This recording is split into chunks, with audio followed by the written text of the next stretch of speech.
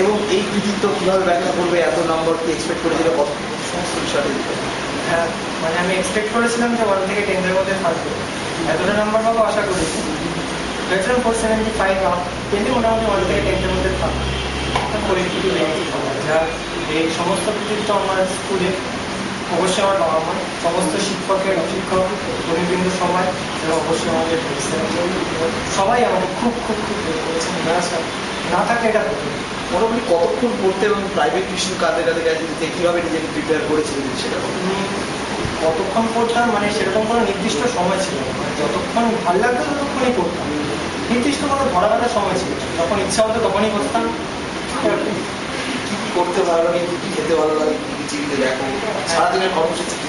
হ্যাঁ, পড়তে ভালো লাগে, অবশ্যই গান শুনতে ভালো লাগে, সবচেয়ে বড় কথা গল্প বইগুলো খুব ভালো লাগে। আর খেলার মধ্যে ক্রিকেট ফুটবল দেখতে খুব ভালো লাগে, খেলতেও খুব ভালো লাগে। কি ধরনের বই? বই মেনলি ডিটেকটিভ গল্পের বই, আর একটু কল্পনা জাতীয় খুব ভালো লাগে। তোমার পরবর্তী টার্গেট কি নিয়ে পড়াশোনা করবে? আর পরবর্তী আমার মানে প্ল্যান হলো ইঞ্জিনিয়ারিং নিয়ে পড়ার।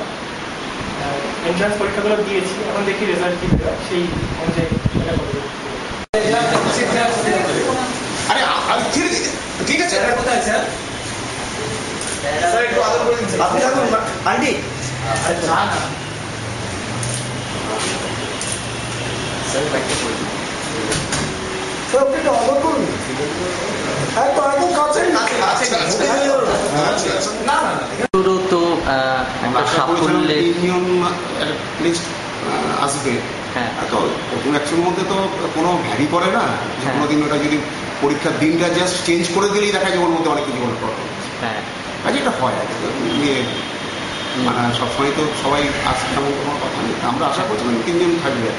3 জনের মধ্যে প্রণীত তো রয়েছে, ও রয়েছে, আর একজন যেমন ও তো 82, ও 479, 475, এরাও আমার এর মধ্যে ছিল না।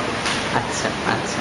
তো প্রণীতকে আমাদের স্কুলের একেবারে গোড়ার ছাত্র, মানে এই স্কুলে একেবারে গোড়ার দিকের ছাত্র?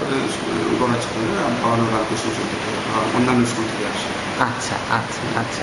তো আমি যেটা জিজ্ঞেস করছি স্যার, যে এই গত বছরেও প্লেস ছিল, একমাত্র 13 বাদ দিলে 12তে আরো সাফল্যের নজির রয়েছে। 12তে ছিল, 99 এই স্কুল থেকে প্রথম আমি সেকেন্ড হয়েছিল যতদূর আমি জানি 91। তারপরে 98, 98-এ বোধহয় 8th প্লেস হয়েছিল। তারপরে 99-এ সেকেন্ড এবং 5th হয়েছিল। তারপরে 2001-এ 10, তারপরে মাধ্যমিকও হয়েছে 2009-এ ছিল, 9th হয়েছিল। এরকম মানে মানে প্রতি বছর না হলেও মাঝে মাঝে আসে আর কি।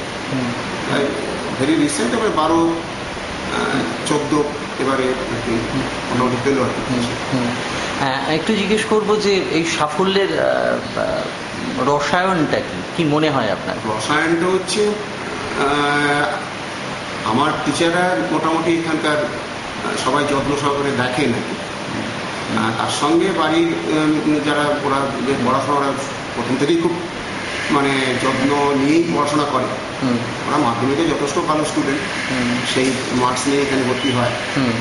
তাই সেদিক থেকে ওরা খুব স্টুডিয়াস, ব্রেনি, এবং প্রথম থেকেই এটা করে। আমরা যেটুকু বলি যে প্রথম থেকে মাধ্যমিক এবং উচ্চ মাধ্যমিকের মধ্যে বেশ খানিকটা ফারাক আছে, এটা কিন্তু প্রথম থেকে তোমাদের বুঝতে হবে। প্রথম থেকে যদি এটা না করো তাহলে কিন্তু মাধ্যমিকের যে রেজাল্ট করো সেই জায়গাটা ধরে রাখতে পারবে। আর মোটামুটি যেটা ফুটিয়ে পড়ার চেষ্টা করো।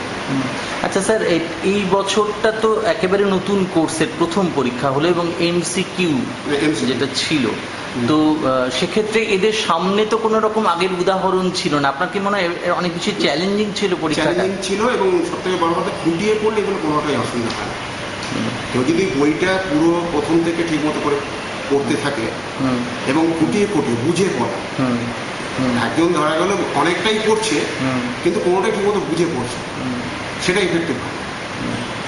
কিন্তু অল্প অল্প করে পড়ে যদি ঠিক মতো বুঝে পড়ে, সে যে কোনো প্রশ্নের অ্যান্সার করতে পারে, তখন ওই এমসিকিউ তাদের কাছে আটকার কথা না। নতুন আগামী বছরের বা পরবর্তী সময় আপনাদের তো নিশ্চয়ই নজরে আছে এরকম কিছু মেধাবী ছাত্র তো রয়েছে। হ্যাঁ, সে তো আছে, তাদের বলা হচ্ছে এখন, দেখো তোমাদের প্রিভিয়াস। হ্যাঁ,